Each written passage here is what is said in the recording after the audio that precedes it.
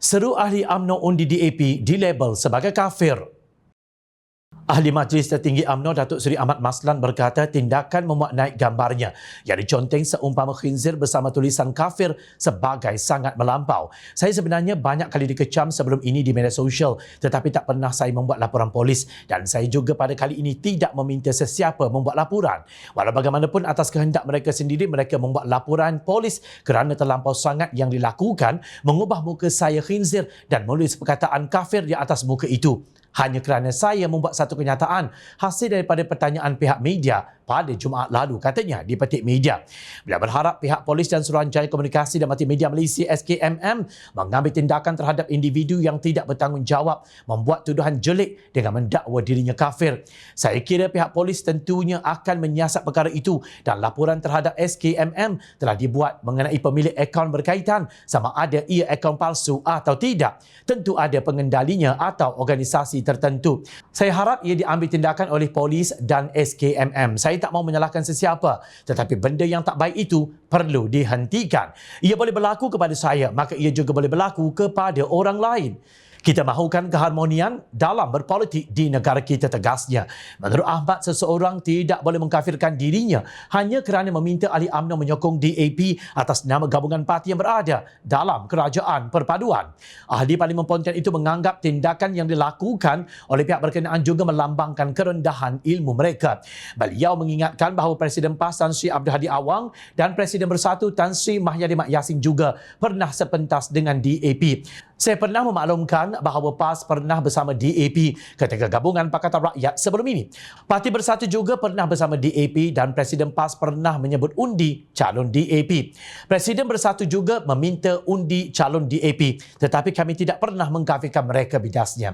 Ahmad yang juga Timbalan Menteri Keuangan 1 menegaskan seruan itu tiada kaitan dengan soal akidahnya sebagai penganut agama Islam. Ia tiada kaitan dengan akidah pun apabila DAP telah menandatangani Deklarasi Malaysia pada tahun 2019. Mereka memperakui 4 perkara, iaitu Islam, Melayu, Raja dan Bahasa. Sekali lagi, apa yang saya sebut sebelum ini, saya kata bukan atas nama DAP tetapi atas nama Kerajaan Perpaduan. Kita saling bantu-membantu antara satu sama lain, katanya lagi. Carian Jom Channel mendapati hantaran yang melampau itu masih ditularkan di media sosial. Seorang pemilik Facebook bernama Kamarul Arifin Lamin membuat naik wajah Ahmad yang mirip khinzir dengan caption Ahmad Maslan jatuh kafir murtad, seronok jadi babi baruah DAP. Tak keterlaluan jika dikafirkan MP UMNO Pontian Mat Maslan ini selepas kita tengok dia suruh orang UMNO dan orang Melayu sendiri untuk undi kafir DAP. UMNO semakin rosak. PH dah lama kita tahu dipenuhi golongan kafir dan munafik, tulisnya dalam hantaran di Facebook. Perbuatan menyakiti seseorang tanpa bukti termasuk mengkafirkan adalah satu dosa besar. Berdasarkan firman Allah Subhanahu Wa Taala dalam surah Al-Ahzab ayat 58 yang bermaksud, dan orang-orang yang mengganggu serta menyakiti orang-orang lelaki yang beriman dan orang-orang perempuan yang beriman dengan perkataan atau perbuatan yang tidak tepat dengan sesuatu kesalahan yang dilakukannya, maka sesungguhnya mereka telah memikul kesalahan, menuduh secara dusta dan berbuat dosa yang amat nyata. Malah berhubung perbuatan kafir mengkafir ini, Nabi SAW telah memberi amaran menerusi sabda baginda yang bermaksud, mana-mana orang yang mengatakan kepada saudaranya, wahai kafir, maka jatuhlah kafir itu ke atas salah seorang daripadanya. Hadis riwayat Bukhari dan Muslim.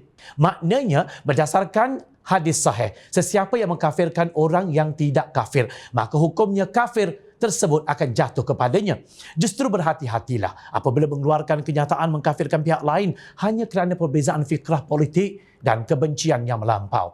Tidak kira sama ada tuduhan itu dilemparkan kepada pemimpin UMNO maupun penganut Islam yang berjuang di dalam Pakatan Harapan dan DAP, hukumnya tetap kembali kepada pihak yang menuduh tanpa bukti. Inilah akibatnya apabila terlampau taksub kepada kepercayaan karut bahawa kunci syurga berada di tangan mereka.